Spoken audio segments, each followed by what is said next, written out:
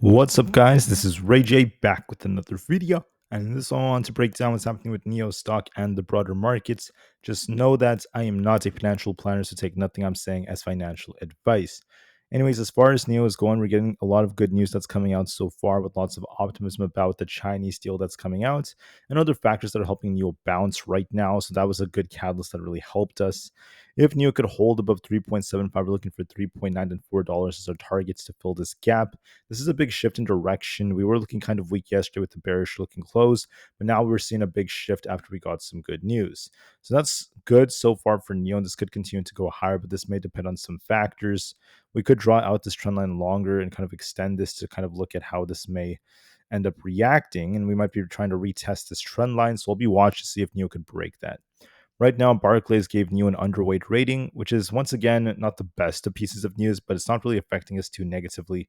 The price price ratio also likes to bounce around this level right here, so that could be a decent sign. Historically, Wednesdays tend to be the strongest day of the week for NIO, up 55% of the time during that time. That's what we're seeing so far.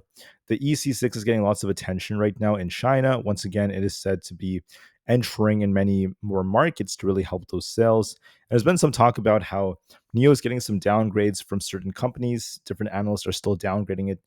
Despite their product launches and such. This is not the best of news, but I'm hoping NIO could offset this. Finally, the NIO stock has been under pressure because of underperforming markets in China and also because of other factors. But there's very mixed views right now. Like if you look at some analysts out there think that NIO could see almost a $5 price target, which is about 33% higher than where we currently are. Others out there, such as JP Morgan, have lowered their estimates. So there's very mixed views on NIO, but some analysts are saying that NIO should run over 33%. Now, some good news has been coming out involving China, as we're seeing the US and China negotiating a potential trade deal. And if we get some good announcements or good news involving that, that could really help the market to some extent. On top of this, as the trade talks are going on, we're going to be watching to see what this leads to, at least for the markets as well. Right now, we're hearing some important figures, such as our Commerce Secretary Lutnick, who is saying that the trade talks are going really, really well. They're very fruitful, and so far, they're going to continue them tomorrow again. So far, so good. President Trump also talks about the possibility of replacing Jerome Powell. Some sources suggest that Bessens could be the person, but the White House is denying that he's going to be the main person in line. So for now, we're seeing the same things kind of going on for the time being. Tomorrow we have Oracle announcing earnings after market close. And then we also have CPI data, which is going to be another big factor for the markets in the morning. At 8:30 a.m. Eastern Standard Time, CPI comes out. That could cause some volatility. Historically, we actually saw CPI kind of flat the last time it came out. All items came down, but then core was actually kind of flat. But we're expecting a slight increase. We're expecting a slight increase year over year for core and all items. We'll see how that ends up going.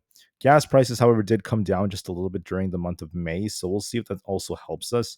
So there's a lot of factors right now. I do think that NIO might be going for this blue trend and going for that $4 area, and we'll see if we reject or not off that. So anticipate a little bit more upside as time goes on to retest that, and we'll see if we reject. For other factors, we have SPY, which is looking quite bullish. Not another breakout has been going on. The daily is also looking strong as we're getting closer to those all-time highs. And if we don't stop here, if we could continue to hold above 603, if we get a good CPI as well, this could just try to continue to push.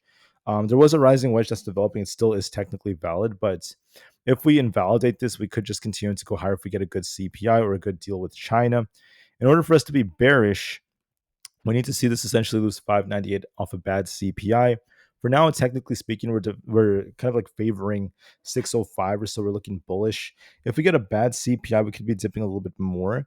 But if it's followed by a very good trade deal with China, we could be looking for a big bounce as well. So we could come down and bounce depending on how things end up going. For the QQQ, we're looking bullish, making higher highs and higher lows. If we lose 529, we're looking for a bigger dip. And as long as we're above that, we're favoring an attempt to get back up towards 535 or above. So keep that in mind. For the Russell 2000, we're also looking quite good. This is bullish. It's favoring 215 plus. If we were to lose 211, we'd be more bearish, but that depends on CPI. If we come down with CPI, but then get a Chinese deal, a trade deal, that could still bounce. So we're still bullish. If ES could hold above 6,050, this is going to remain bullish. If we lose 6,000 flat, we could turn back down. As of right now, we're holding up. NQ is looking more bullish, making higher highs and higher lows. As long as we don't end up losing 21,800, we're going to be remaining bullish. I want to see us break 22,000 to continue. For Bitcoin, we have a nice inverse head and shoulders. We're doing a fantastic job right here. If we break 111,000, we're going to continue to pump here. And if we end up losing 107,800, we're going to turn back down. So for now, this is still looking a bit more in favor of bulls.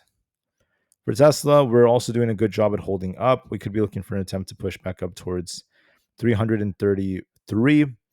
As long as we could hold above 325, this is still favoring the 330 plus area to fill that gap. If we get a good China deal, we want to see Nvidia break this resistance right here. So if we break past 144, this will likely continue to push higher for 147.5 or above for another breakout. If this loses 138, we could turn back to bearish, but as of right now, there's no sign of that. We're still looking a bit more bullish. So overall, Nvidia is holding up well. It's holding above its two trend lines, and overall, the buyers are continuing to step in. So keep that in mind, guys. So far, so good by Nvidia. We're looking a bit more bullish with this wedge. Aapl could also be very dependent on China. If we get a trade deal with China, we could bounce. We'll see what happens with CPI tomorrow. It could go either way, but then if we get some kind of deal with China, that could help us bounce again. So we'll see how that goes. AMD looks bullish. It's also very optimistic amidst the negotiations. As long as we don't lose 120, we're favoring 125. For Coinbase, we're also looking decent. We're trading sideways. I want to see if this could break past 262 to continue. If we end up losing 252, we're looking for that gap fill down here. So I'm going to be looking to see if we could go a little bit higher. For Amazon, we're making higher lows right now. I want to see us basically not lose 214. As long as we're above that, we're actually favoring 219 to 220. For Meta, as long as we're above 700, we're favoring 710. And for Google, as long as we're above 175, we're favoring basically an attempt to get back up to 183. Last but not least, Microsoft, as long as you don't lose 468, we're favoring 472 to be retested. So in essence, the VIX is falling. There is this falling wedge, but there's no sign of us breaking out yet. This may depend on CPI and the news with China. Right now, we're being told that the talks between the US and China are very fruitful. If there's a big deal between the US and China, this could be very bullish for stocks like NIO and the whole market, because I think that could really help us. We'll see what happens with CPI, if it causes us to dip or not in the morning. We could see NIO retest like the 3.7 area. But then I do think that we could bounce as long as we hold support to push back up towards that $4 area to hit this trend line. So that's also going to be a very strong possibility. With that being said, NIO is bullish and has a nice inverse head and shoulder structure trying to reverse, but we need to break this blue trend line to remain bullish. We might dip in the morning tomorrow, then bounce, and then we'll see what happens depending on CPI and also depending on the China deal that could be announced very soon.